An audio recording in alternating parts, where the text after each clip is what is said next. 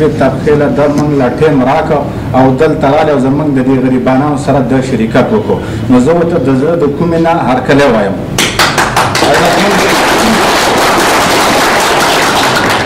عزتمندو زموږ او ستاسو دا راغونډېده بلکې د چا راغونډېده چې دا د یو مقصد په بنیاد باندې اوس زموږ او ستاسو دا راغونډه چې د یو مقصد په بنیاد باندې ده.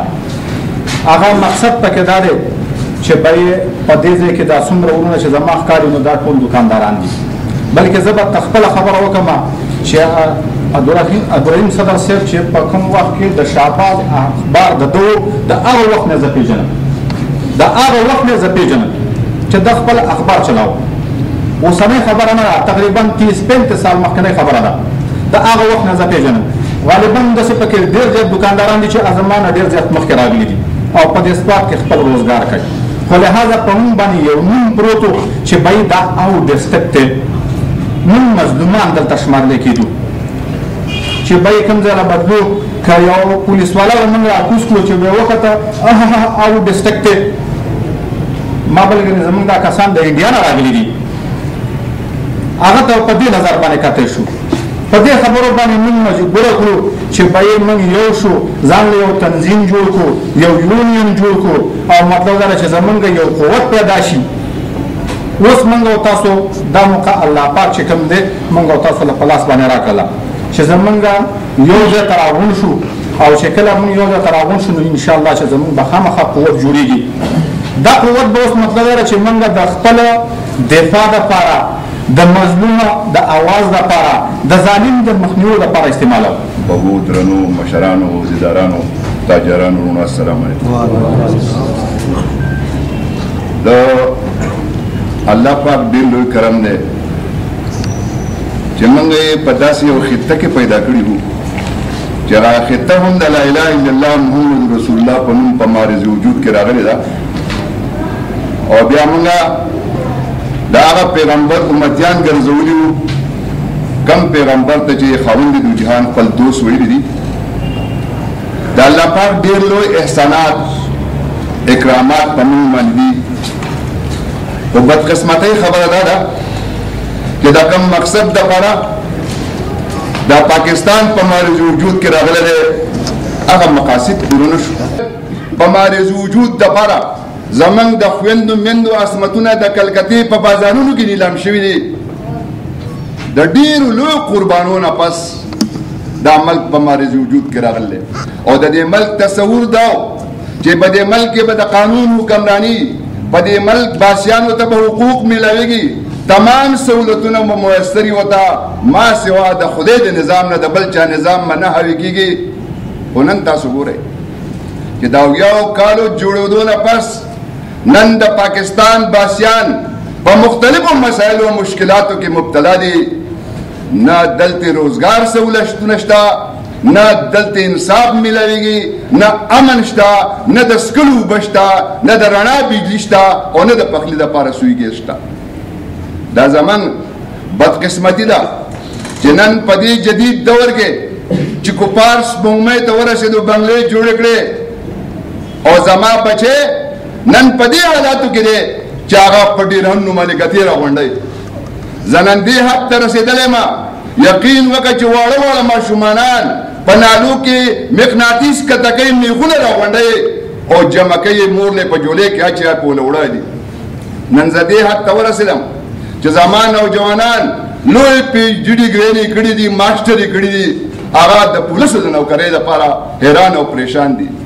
او نن زه دلته ګورم چې هغه نوجوانان چې هغه د تصور دا و چې د هغو به سلطان صلاح الدین ایوبي رغېږي، ټیپو سلطان به ترې رغېږي، محمد بن قاسم یاد به تازه کوي. بلغنا بها اصل الغايات من جميع الخيرات في الحياه وبعد الممات انك على كل شيء قدير. العالمین زمونږ مینه او محبت همیشه لپاره قایم او دایم ساته، تر و تازه او ګلې ګلزارې ساته. العالمین مونږ په اتحاد او اتفاق باندې ساته. العالمین مونږ ناپوهه یو، کمعقل یو، العالمین ناسمج او نادان یو. العالمین کې صحیح شعور، سمج او پوهه نصیب وفرمایه. العالمین د هر قسمه تکلیفونو او مصیبتونو نه مونږ محفوظ ساته. بسم الله الرحمن الرحیم. ټولو ته معلومه ده چې د باجوړ خلک ډېر کاروباري خلک دي. ازم چې دا یوازې په منګوره کې نه خو په ټول پاکستان کې دا پیلاو شوي دي. ګلګت ته ګورې، سکردو ته ګورې، پنډۍ ته ګورې، لاهور ته ګورې، کراچۍ پورې دا بزنس مایند خلک دی او د دې ډېر لوی آبادي په ضلع سوات کې هم ده.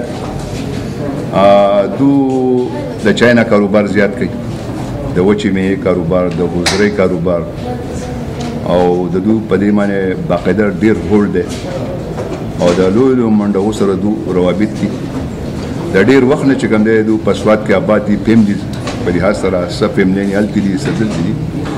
د دوی سره ډېرو کسان زما قریبي روابط هم دي، خو دا منتشر وو. نو په خپله دوی ته احساس وشو د دوی بعضې داسې مسایل چې هغه اجتماعي حیثیت هغې ته لازم وي. نو په هغه بنیاد باندې دوی خپله د باجوړ ارګنایزیشن په نوم باندې یو تنظیم ځانله جوړ کړو، یو روړي جوړه کړه او د پیار محبت په بنیاد. او زه چونکې ټریډ فیډریشن صدر یم، دا زما که دا ارګنایزیشن نه نو هم زه د تابعداره ذمه دار یم، او چې ارګنایزیشن جوړ کړم دا د شوه لکه زما مټې نور هم مضبوطې شوې. نو زه د دې رورۍ ته او د یووالي ته ډېر په ښه نګاه سره ګورم، خراج تحسین پیش کوم او خپل خدمات زما ملګري زه چې یم انشاءالله تعالی چې څه ټیم زما خدمات پکاري زه به ته تیار ولاړ یم.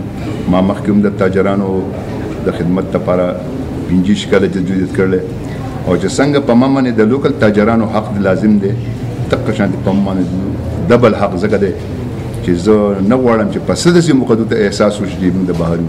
انشاءالله زه د یقیندیاني ورکوم چې دا احساس په دوی ته نه کېږي. ډېره مننه. بسم الله الرحمن الرحیم.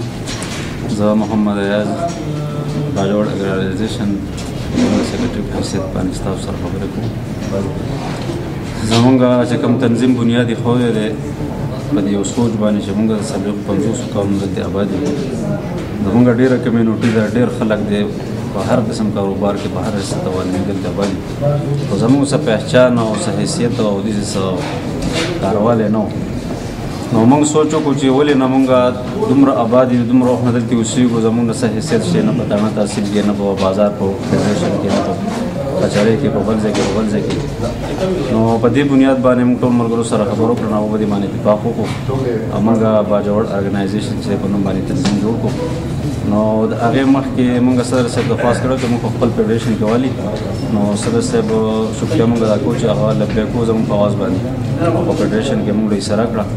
نو مخکې به انشاءالله موږ د دې بازار که هغه د کاروباري مسایل دي، که هغه د ټوریزم مسایل دي، که هغه د بیا ودانۍ مسایل دي، که هر قسم مسایل دي، که سوال انفراستراکچر دی، هغې کې موږ صدر صاحب ته دا ویلي دي او بیا هم وایو چې موږ پوره مکمل 100% تعاون شپې ورځې هر قسم مالي بدنې موږ تیار یو د سوات په آبادۍ کې، د سوات په بیا ودانۍ کې. زموږ نه چې څومره کېږي زموږ مال جان هر ټایم تاسو ته حاضر دی، ستاسو په اواز باندې موږ رپیږو.